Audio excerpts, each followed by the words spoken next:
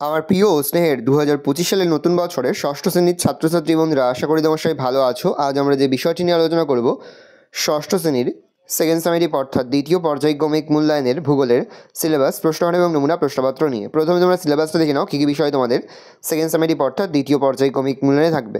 দ্বিতীয় পর্যায়ক্রমিক মূল্যায়নের ক্ষেত্রে ফুল মার্কস থাকবে 50, আর সময় তোমায় থাকবে 1 ঘন্টা 30 মিনিট। তোমায় থাকবে জল, স্থল, বাতাস, বরফে ঢাকা মহাদেশ, আবহাওয়া ও জলবায়ু।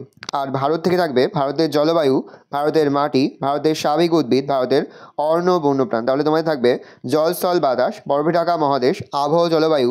আর ভারত থেকে থাকবে ভারতের জলবায়ু, ভারতের মাটি, ভারতের স্বাভাবিক উদ্ভিদ, ভারতের অরণ্য ও বন্যপ্রাণ। এবার আমরা নমুনা প্রশ্নপত্রটা দেখে নেব। সরাসরি স্ক্রিনে তোমরা ষষ্ঠ শ্রেণীর সেকেন্ড সামেটিভ অর্থাৎ দ্বিতীয় পর্যায়ক্রমিক মূল্যায়নের ভূগোলের কোশ্চেনটা দেখতে পাচ্ছ। ফুল মার্কস তোমাদের রয়েছে 50, আর সময় তোমাদের রয়েছে 1 ঘন্টা 30 মিনিট।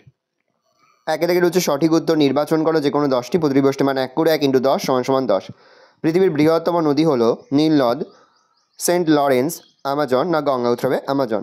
আন্টার্কটিকার সর্বোচ্চ শৃঙ্গ হলো Mount Erebus, Vinson, massive, Mount Abu, Mount Everest. উত্তর হবে ভিনসন ম্যাসিভ। বায়ুর গতি নির্ণয়কারী যন্ত্র ব্যারোমিটার, থার্মোমিটার, বাত পতাকা, অ্যানিমোমিটার। উত্তর হবে অ্যানিমোমিটার। ভারতের সর্বাধিক বৃষ্টিপাতযুক্ত উপকূল মালাবার, কোঙ্কণ, করমণ্ডল, আরব সাগর রিও। উত্তর হবে মালাবার। লাল মাটিতে বেশি পরিমাণে থাকে অ্যালুমিনিয়াম, সিলিকা, লোহা, সীসা। উত্তর হবে লোহা। ভারতে প্রায় স্বাভাবিক উদ্ভিদের সংখ্যা 4000, 5000, 6000, 2000। উত্তর হবে 5000। ম্যালেরিয়া রোগের ওষুধ কুইনাইন তৈরি হয় বাসক থেকে, সিঙ্কোনা থেকে, কালমেঘ থেকে, তুলসী থেকে। সিঙ্কোনা থেকে। ভারতে অরণ্য সংরক্ষণ আইন চালু হয় 1960 খ্রিস্টাব্দে, 1980 খ্রিস্টাব্দে, 1972 খ্রিস্টাব্দে, 1940 খ্রিস্টাব্দে। উত্তর হবে 1980 খ্রিস্টাব্দে।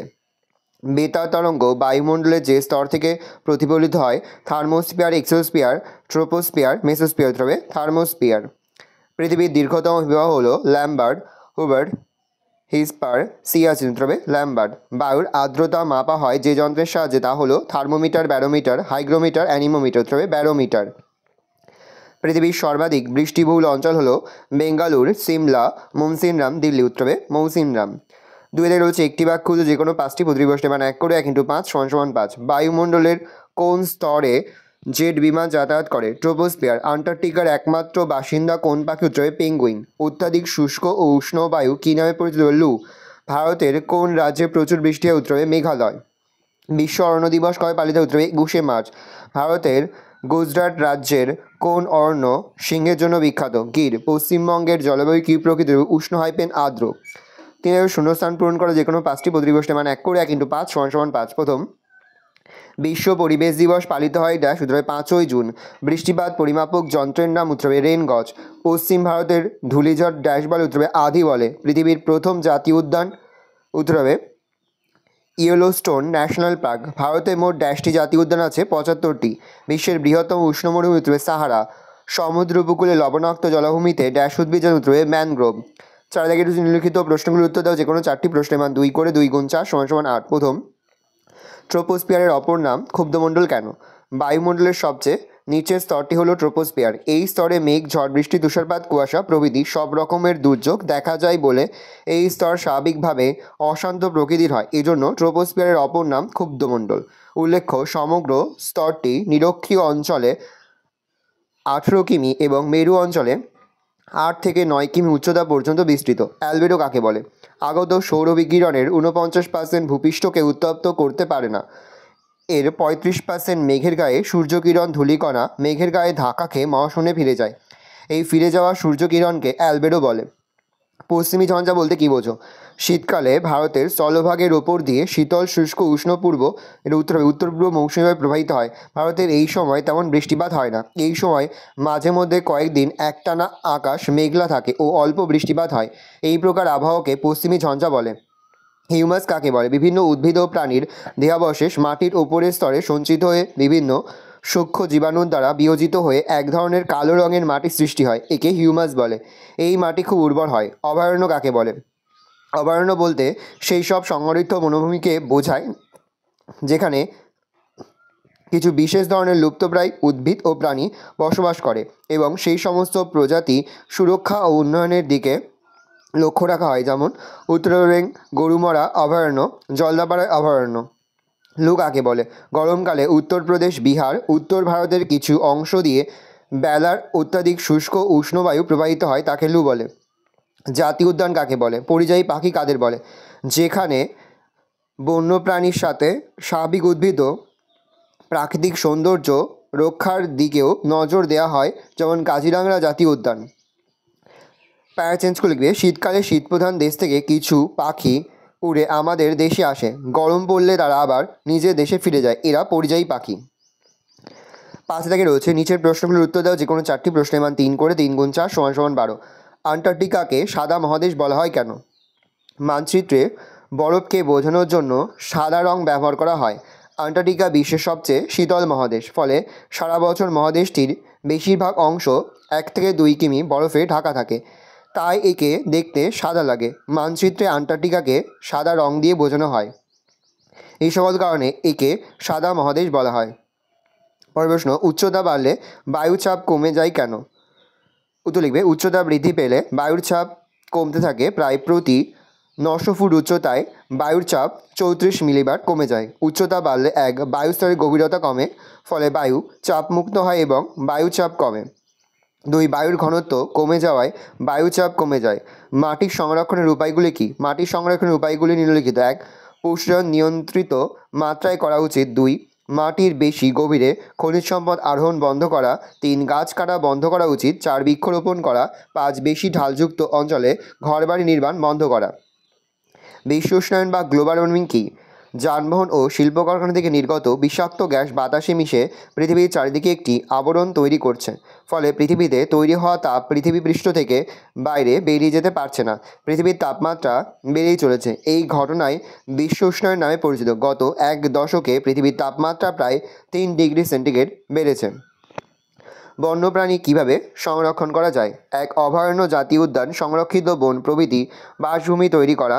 2 চোরা শিকার বন্ধ করা। 3 অরণ্যে বন্যপ্রাণীর উপযুক্ত পানীয় জল ও খাদ্যের যোগান ব্যবস্থা করা। 4 গাছ কাটা বন্ধ করা। 5 বন্যপ্রাণী আইন কঠোরভাবে মেনে চলা ও জনসচেতনতা গড়ে তোলা। পরের প্রশ্ন, ভারতের মৌসুমী বায়ুর প্রভাব আলোচনা করো। মৌসুমী বায়ু সময়ের আগে বা পরে আসার ওপর ফসল উৎপাদন নির্ভর করে। প্রত্যেক বছর বৃষ্টি একই পরিমাণে হয় না। মৌসুমি বৃষ্টি ভালো হলে কৃষকরা লাভবান হন, আবার বৃষ্টিপাত কম হলে কৃষকরা ক্ষতিগ্রস্ত হন। মৌসুমী বায়ুর সাথে ভারতের নানান রাজ্যে নবান্ন, ওনাম, বিহু এক ধরনের নানা উৎসব পালিত হয়। তবে অতিরিক্ত বৃষ্টির ফলে ভারতের বিভিন্ন রাজ্যে, যেমন বিশেষত অসম, পশ্চিমবঙ্গ, বিহার প্রভৃতি বন্যা দেখা দেয়। তেমনই কম বৃষ্টিপাত কখনো কখনো দাক্ষিণাত্যের বিভিন্ন রাজ্য, রাজস্থান এবং গুজরাটের বিভিন্ন স্থানে খরার সৃষ্টি করে। 6 থেকে রয়েছে নিচের প্রশ্নগুলির উত্তর দাও যে কোনো 2টি প্রশ্নের মান 5 করে, 5 × 2 = 10। খুবই গুরুত্বপূর্ণ এবছরের জন্য চিত্রসহ শৈলক্ষেপ বৃষ্টিপাত আলোচনা করো। উত্তর লিখবে, বায়ু জলভাগের ওপর দিয়ে প্রবাহিত হওয়ায় প্রচুর পরিমাণে জলীয়বাষ্প সংগ্রহ করে। এই জলীয়বাষ্পপূর্ণ বায়ুপ্রবাহের গতিপথে কোনো পর্বত আড়াআড়িভাবে অবস্থান করলে ওই বায়ু পর্বতের গা বেয়ে উপরে উঠে যায় এবং সেখানে শীতল ও ঘনীভূত হয়ে পর্বতের প্রতিবাদ ঢালে যে বৃষ্টিপাত ঘটায় তাকে শৈলক্ষেপ বৃষ্টিপাত বলে। শৈল মানে পাহাড়। ওই বায়ু যখন পর্বত অতিক্রম করে বিপরীত দিকে অর্থাৎ অনুবাদ ঢালে পৌঁছায়, তখন তাতে জলীয়বাষ্প কমে যাওয়ার জন্য বৃষ্টিপাত বিশেষ হয় না। এইরূপ স্বল্প বা প্রায় বৃষ্টিহীন অঞ্চলকে বৃষ্টিছায়া অঞ্চল বলে। ভারতের হিমালয়, পার্বত্য অঞ্চল ও সংলগ্ন অংশে শৈলক্ষেপ বৃষ্টিপাত হয়। এই চিত্রটা তোমাদের আঁকতে হবে, এই চিত্র তোমরা কিন্তু টেক্সট বইয়ে পেয়ে যাবে, সেখান থেকে তোমরা কিন্তু এই চিত্রটা এঁকে দেবে। পরের প্রশ্ন খুবই গুরুত্বপূর্ণ, বায়ুমণ্ডলের স্তর বিন্যাসের সংক্ষিপ্ত পরিচয় দাও। বায়ুমণ্ডলকে মোটামুটি 5টি স্তরে ভাগ করা যায়, যথা 1 ট্রোপোস্ফিয়ার। বায়ুমণ্ডলের সবচেয়ে নিচের স্তরটি হলো ট্রোপোস্ফিয়ার। ভূপৃষ্ঠ থেকে প্রায় 18 কিমি পর্যন্ত এই স্তরটি বিস্তৃত আছে। এই স্তরে ধূলিকণা, জলকণা থাকে বলে মেঘ, ঝড়, বৃষ্টি প্রভৃতি হয়। স্ট্র্যাটোস্ফিয়ার, ট্রোপোস্ফিয়ারের ওপর ভূপৃষ্ঠ থেকে প্রায় 50 কিমি উচ্চতা পর্যন্ত বিস্তৃত স্তরটি স্ট্র্যাটোস্ফিয়ার নামে পরিচিত। জলকণা, ধূলিকণা না থাকায় এই স্তরে মেঘ, ঝড়, বৃষ্টি কিছুই হয় না। এই স্তরে 20 থেকে 25 কিমি উচ্চতায় ওজোন গ্যাসের একটি স্তর রয়েছে। মেসোস্ফিয়ার, স্ট্র্যাটোস্ফিয়ারের ওপরে ভূপৃষ্ঠ থেকে প্রায় 40 কিমি উচ্চতা পর্যন্ত বিস্তৃত স্তরটি মেসোস্ফিয়ার নামে পরিচিত। এই স্তরে উচ্চতা বাড়ার সঙ্গে সঙ্গে তাপমাত্রা কমতে থাকে। থার্মোস্ফিয়ার, মেসোস্ফিয়ারের পরে অর্থাৎ ভূপৃষ্ঠ থেকে 300 কিমি পর্যন্ত বিস্তৃত স্তরটিকে থার্মোস্ফিয়ার বলা হয়। এখানে গ্যাসের অণুগুলি আয়নিত অবস্থায় থাকে, তাই এই স্তরকে আয়নোস্ফিয়ারও বলা হয়। এক্সোস্ফিয়ার থার্মোস্ফিয়ারের ঊর্ধ্বে প্রায় 750 কিমি পর্যন্ত বিস্তৃত স্তরটি এক্সোস্ফিয়ার নামে পরিচিত। এই অঞ্চলে কৃত্রিম উপগ্রহ, মহাকাশ স্টেশন প্রভৃতি থাকে। পরের প্রশ্ন, পশ্চিমবঙ্গের সুন্দরবনের লবণাক্ত মাটিতে ম্যানগ্রোভ উদ্ভিদ ভালো হয় কেন? গঙ্গা নদীর মোহনায় অবস্থিত সুন্দরবন অঞ্চলের খাড়িগুলিতে জোয়ারের সময় সমুদ্রের নোনা জল প্রবেশ করে মাটিকে লবণাক্ত করে তোলে। এই লবণাক্ত মৃত্তিকার ভিতরে বাতাস না থাকার ফলে লবণাম্ব বা ম্যানগ্রোভ উদ্ভিদের শ্বাসমূল মাটির ওপর উলম্বভাবে অবস্থান করে, তাই লবণাক্ত মৃত্তিকাতে ম্যানগ্রোভ উদ্ভিদের বৃদ্ধি ভালো হয়। ম্যানগ্রোভ উদ্ভিদের এই শ্বাসমূলের সাহায্যে শ্বাসকার্যালয় যেমন সুন্দরী গড়ান প্রভৃতি ভালো হয়। জলচক্র আলোচনা করো। সূর্যের তাপে নদ নদী জলাশয় সমুদ্র থেকে জল বাষ্প হয়ে বাতাসে মেশে। জলীয়বাষ্প বাতাসে থাকে হালকা, জলীয়বাষ্পযুক্ত বাতাস উপরের দিকে উঠে যায়। ওপরে ঠান্ডা বায়ুস্তরের স্পর্শে জলীয়বাষ্প ঠান্ডা হয়ে জলকণায় পরিণত হয় এবং ধূলিকণাকে আশ্রয় করে মেঘ হয়ে ভেসে বেড়ায়। অনেকগুলো জলকণা একসঙ্গে জুড়ে গিয়ে বড় জলকণায় পরিণত হয়। আরও ওপরে উঠলে ওই জলকণা ঠান্ডার সংস্পর্শে বরফ কণায় পরিণত হয়। বাতাসে থেকে ভারী বলে তা আর ভেসে বেড়াতে পারে না। বৃষ্টি বা তুষারপাত রূপে পৃথিবীতে নেমে আসে। এই বৃষ্টির জল নদী বা সমুদ্রে ফিরে আসে। সূর্যের তাপে আবার তা বাষ্প হয়ে বাতাসে মেশে। এইভাবে জল কখনো মেঘ, কখনো বৃষ্টি, আবার কখনো কঠিন বরফ তুষার রূপে আকাশ আর পৃথিবীর মধ্যে ক্রমাগত আবর্তিত হয়ে চলেছে। জলের এই চক্রাকার আবর্তন হলো জলচক্র। পরের প্রশ্ন, পৃথিবীর তাপমণ্ডলের চিত্র সহ পরিচয় দাও। খুবই গুরুত্বপূর্ণ একটা প্রশ্ন। নিরক্ষীয় অঞ্চল থেকে 2 মেরুর দিকে তাপের পরিমাণ ক্রমশ কমে। কারণ হলো সূর্যরশ্মির পতন কোণের তফাৎ। সূর্যরশ্মির পতন কোণের ভিত্তিতে পৃথিবীকে 3টি তাপমণ্ডল বা তাপ অঞ্চলে ভাগ করা যায়। একটা হচ্ছে, এটা উষ্ণ হবে, উষ্ণমণ্ডল। নিরক্ষরেখার উভয় দিকে কর্কটক্রান্তি ও মকরক্রান্তি রেখার মাঝের অঞ্চল হলো, এটা উষ্ণ হবে, উষ্ণমণ্ডল। মধ্যশয় নয়, উষ্ণমণ্ডল। সূর্যরশ্মি সারা বছর নভেম্বরে পৃথিবী পৃষ্ঠ সব থেকে বেশি উত্তপ্ত হয়। নাতিশীতোষ্ণ মণ্ডল। নাতিশীতোষ্ণ স্পেলিংটা ঠিক করবে, মধ্যশয় নয়। কর্কটনী রেখা থেকে সুমেরুবৃত্ত রেখা এবং মকরক্রান্তি রেখা থেকে কুমেরুবৃত্ত রেখার মাঝে অঞ্চল হলো নাতিশীতোষ্ণ মণ্ডল। এখানে সূর্যরশ্মি তীর্যকভাবে পড়ায় এই অঞ্চল, এটা উষ্ণমণ্ডলের তুলনায় কম উত্তপ্ত হয়। হিমমণ্ডল। সুমেরুবৃত্ত থেকে উত্তর মেরু এবং কুমেরুবৃত্ত থেকে দক্ষিণ মেরুর মাঝের অঞ্চল হলো হিমমণ্ডল। সূর্যরশ্মি সারা বছর তীর্যকভাবে পড়ায় এই অঞ্চল সবচেয়ে কম উত্তপ্ত হয়। সারা বছর ধরে বেশ ঠান্ডা থাকে। দেখে নাও, এই চিত্র তোমাদের কিন্তু আঁকতে হবে।